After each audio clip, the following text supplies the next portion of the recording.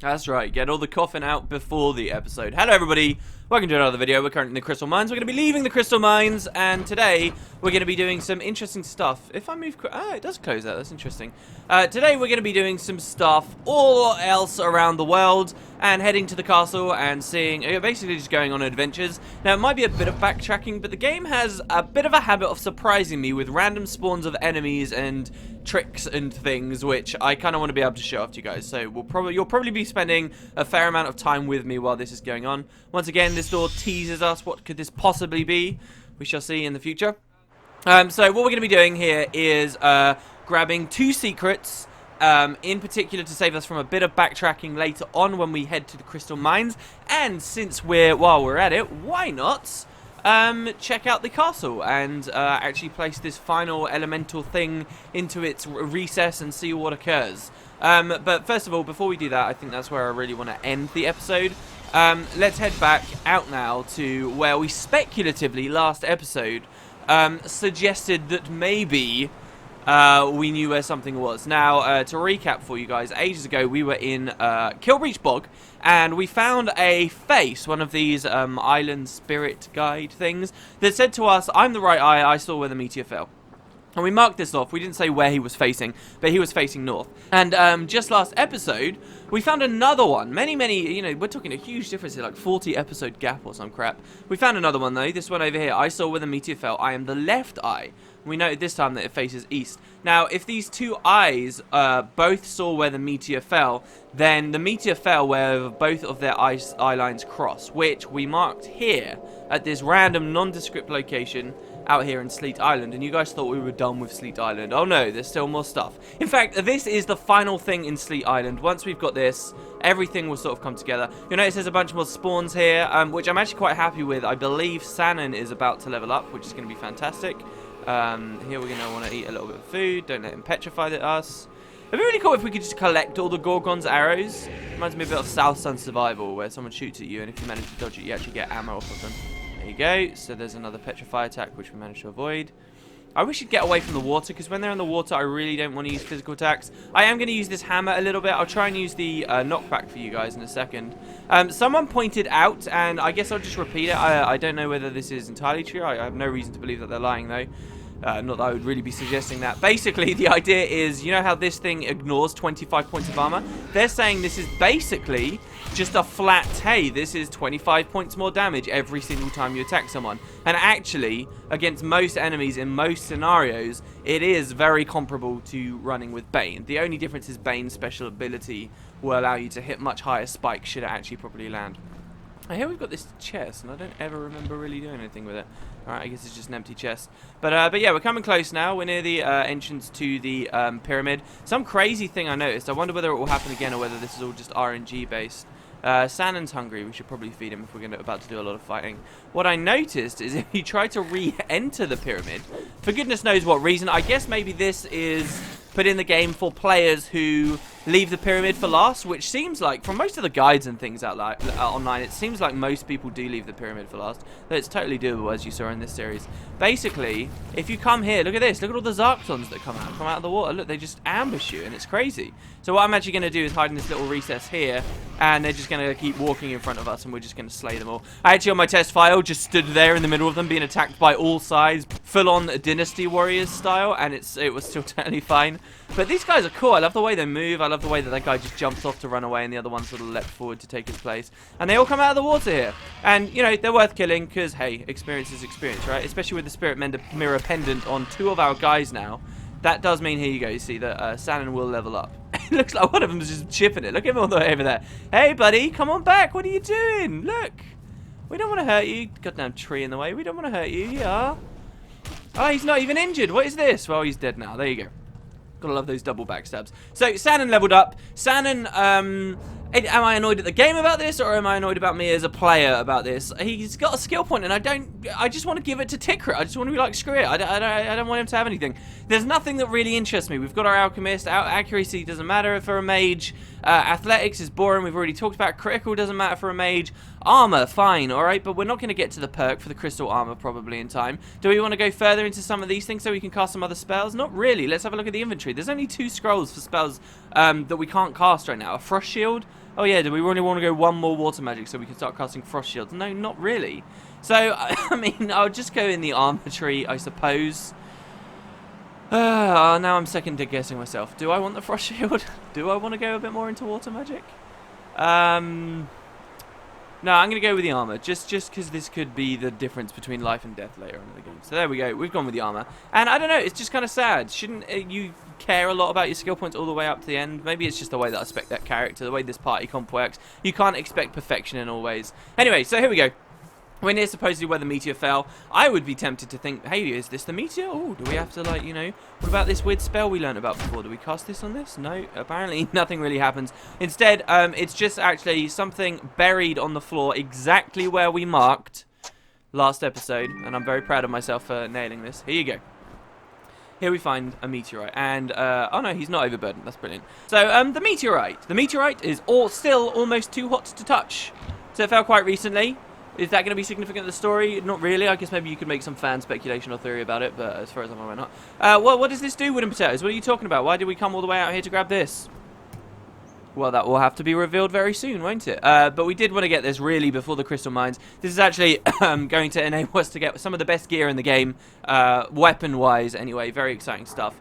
And yeah, really kind of obscure actually, because not only did we have to follow this left eye, right eye thing, we also now have to do something with this further, because right now it's just heavy and it's useless to us. So that's that.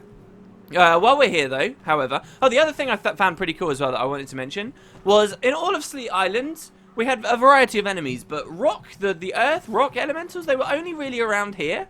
And it's kind of curious to me that the meteor fell and then there were loads of rock guys. I don't know, there's probably no real thought behind that and it's just a coincidence, but I kind of like it. I also like that just inches away from where this meteorite was buried, we dug up so much of the ground in a previous episode trying to find that cemetery secret. Can you imagine if I'd somehow managed to worm and convince myself all the way over here and ended up getting the meteorite? Ended up thinking that was the secret? That'd just be so bizarre. Anyway, so yeah, we've got that. And now, as you'll recall, when we were in the cemetery, speaking of the cemetery, we found another note that read, where there is nowhere to hide from sunlight, the loneliest of all trees resides. The missing limb will point you to the right direction. Just walk as far as the eye can see. And so, if you remember, we got this in the cemetery in a room, which we marked when we found it. Over here, called the Silver Scepter of something Cronus, and that was, oh my god, I've forgotten it again already. Well, we're about to find out. So this was a room, and it looked like there was supposed to be some treasure in there, but all it was a note. Where can you never hide from the sun? Well, technically, I think really you can hide from the sun, right? I mean, where it's talking about is basically also a very, very cold place too, as soon as the sun goes down. But whatever. It's the desert. Oh my god, look at all the Zarktons. I did not know these guys had respawned so heavily. We don't actually have any Zarkton spears on us, so we can't do anything. Yeah, we're talking about the desert, so let's head on in while we're close. And this is not the last thing for us to do in the desert, don't get me wrong. But what it's talking about is the only tree in the desert. Now, it's kind of weird, because obviously for flavor, we do actually have some trees here, right? Like, there's some up there, and there's some around here. But I guess actually planted on the sand, this is the only tree. I told you guys that when we found this note referring to the Silver Scepter, that actually it was something I'd rambled about. This tree triggered that whole rambling discussion about, you know, reusing assets and so on. I had no idea at the time there was a secret associated with it. Well, there you go. So, let's read the note once more. Where there is nowhere to hide from sunlight, the desert, the loneliest of trees resides, that's where we are. The missing limb will point you to the right direction, just walk as far as the eye can see. So the missing limb, of course, is going to be this big hole here. Is that a tree callus? Is that what they're called? Is it still a tree callus when it's literally just a branch has been ripped off? I mean, I know this bit down here is definitely a tree callus. Whatever, so yeah, we're going to look at this, and we're going to walk as far as the eye can see. We're going to keep traveling. The gear we get here is, a really good demonstration of the way staves work in the game that I've sort of come to find. So we've gone as far as the eye can see, and we're going to dig as far as the eye can see. And what do you know, we get another secret. It's going to cost us a lockpick. We're still doing fine on those, though. We've got 5 of them. And this is a really weird angle, because we're, like, on a hill here. I love this angle here. And, like, the bit of sand clearly clipping into the chest, but it works somehow. Oh, what a lovely little thing for them there. Alright, so we get a potion of dexterity. Obviously, that goes on to Loto. We've got a potion of resurrection, which is going to weigh Tickrick down, but if he eats a bit of cheese, he'll be okay. And here we get the silver scepter of Isochronos. That was what it was. Isochronos. Now, oh god, look at Sanon's inventory. It's ridiculous.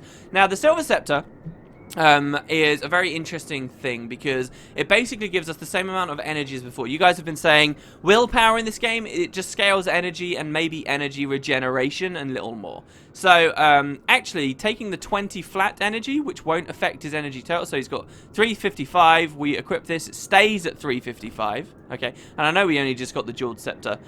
He doesn't actually lose any energy, but he does gain resist all, plus 10 to everything. And then he also gets, as the special ability, invisibility. So if he holds that down with concentration 2, then he can invis the whole party. And that's pretty cool. One thing I've never really clarified about the way that mages, or staves work, in the game, is obviously Sanon's the only one who can naturally cast magic, has the blue hands. There are things in this game that require you to have magic. And so, for those situations, you would want to equip a staff onto a otherwise non-magical character. And you can do this as long as you hit the requirement of like 1 concentration for some of the early game stuff. And that would let them cast spells as well. I've never really told you guys that, so there you go. And that's sort of the way it works. So you can get by without actually having like a spell casting class and still be able to cast spells and stuff. That would be my point. Okay, so we've got that. We've got a pretty cool weapon. Oh, I never read the flavor text. My mistake, guys. And it's cool flavor text too. Isochronos shook the world of arcane academia with his incredible discovery of the 5th element. And kind of weird that they say, oh, you know, this gives you invisibility, and he discovered the 5th element. Well, if you think about the invisibility spell, it does actually cross through this middle rune we've been speculating about. As do many, though. Like, why shouldn't that just be like a shield spell, for example, or something? Whatever. Ah, man, I love the look of this place. Look at it. It's so cool. And obviously no enemies respawn. I think this may be one of the only places in the game where you won't see very frequently respawning enemies. But okay, so let's head on out through here. And that's pretty much Sleet Island. Really, I don't know whether we're ever going to come back here. I may eat my words. But I honestly don't know if we're ever going to come back to Sleet Island. I think we've mapped everywhere. We've done everything. And it's been a good little hub level, wouldn't you say? Alright, so now the plan is going to be to head back to the castle, and we're going to do some exciting stuff. We're going to check out some of the greater mysteries of the island. The castle was very exciting the first time I went into it. I mean, Jesus. Just that feeling of just of raw magical exploration, of finally getting access to this place you've been looking at for so long. Ooh, it's a good one. Alright, so I will see you guys in a second. And quite literally 1 second, I guess. It's also funny, the air elementals, we killed a few and they've really not been a big problem here. Not as big a problem as I was expecting. Now, one thing that I noticed that was kind of cool about the castle that I hadn't really noticed before is like the symbol for Grimrock 2, or the symbol for various things we've seen. I believe we've seen it in a few of the shrines and stuff, is actually mounted above the archway at the entrance to the castle. Can you see that? That's pretty cool. So I never really noticed that. Alright, let's head on inside. Oh, Nelly! Whoa, Nelly, Nelly, Nelly. Hello, check this out. So we actually get attacked by, I guess it's 2? I thought it was 3. I thought you got surrounded by them. But these bosses, this was the first boss. I can't remember what these guys are called anymore. They go mental at you when you finally try to enter the castle at the end once you've got everything. Yeah, you're going to get ambushed by these plant monsters. Really exciting. And it's kind of cool to just see how far you've come. I knew this moment would be here eventually. We had a couple of these guys ambush us. But it's been so long since we fought any, right? And then there you go. All of a sudden, they strike back. Really cool little ambush, just like the Zarkton attack. And here we go. So we got fire. The power of fire is strongest in the northeast, I guess. We've got earth. The power of earth is strongest in the southwest. Sorry, not east. What am I talking about? West. We've got ice. The power of ice is the strongest in the southeast. There we go. And finally, we have air. And air is strongest in the power of the northeast. Here we go.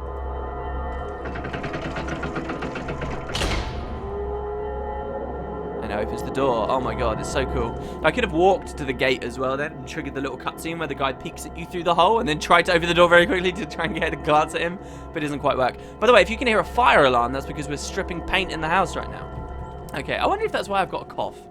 Maybe not. Okay, so here we go. We're in the castle, guys. Check it out. This is Castle Nex. The crystal mines for what they're worth, by the way, are over here on the left of Twiggeroot Forest. Castle Nex. And we are going to be a bit apprehensive here, I guess. You'll notice straight away, if we look here, like immediately take a right and look at the wall, it's just a wall here. Now, that's going to change very quietly behind our backs in a second. We've got a couple of recesses. This is like a pretty new art style, right? We haven't seen any dungeons like this so far. Here we get a pedestal, and on the pedestal is a letter, which Tikrit will read, because he doesn't often read. My dearest visitor, I would never have expected you to get this far. Very well, it is my duty to welcome guests to my humble abode. Meet me at the top of the castle. The Island Master. Oh my god, okay, so we're going to meet him at the top of the castle.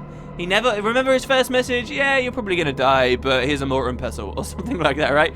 No, we've made it. We're in your castle now. We're in your home. Also, we find a compass, but we've already got a compass, right? So we don't need that. Well, no, don't think that. Grab it, because you'll notice this compass is a cursed compass. The needle on this compass twitches nervously.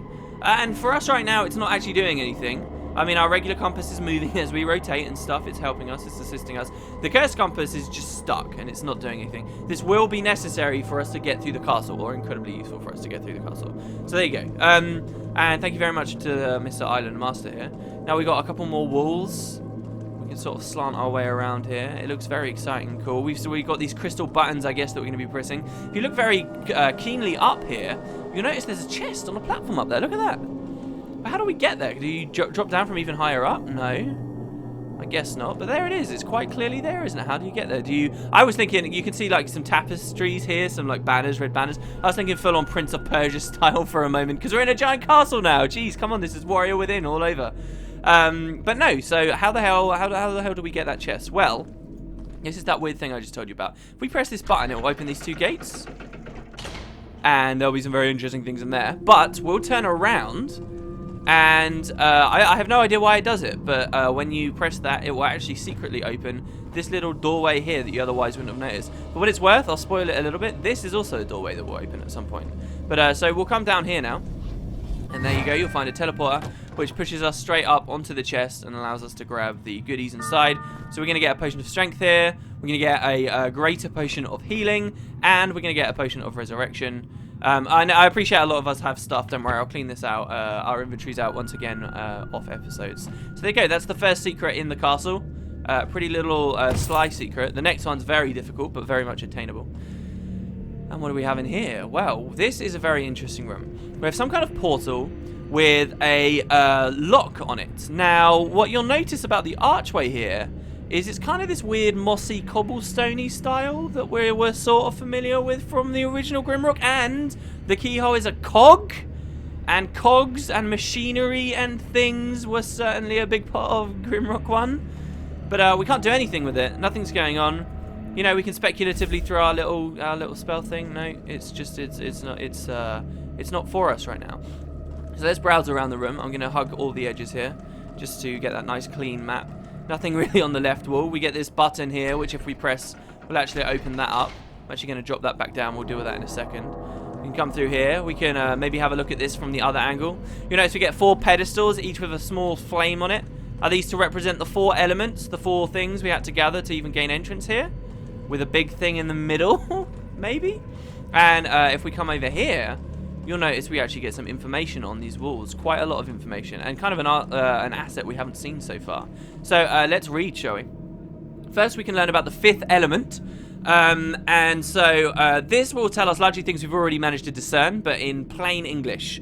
The 5th element.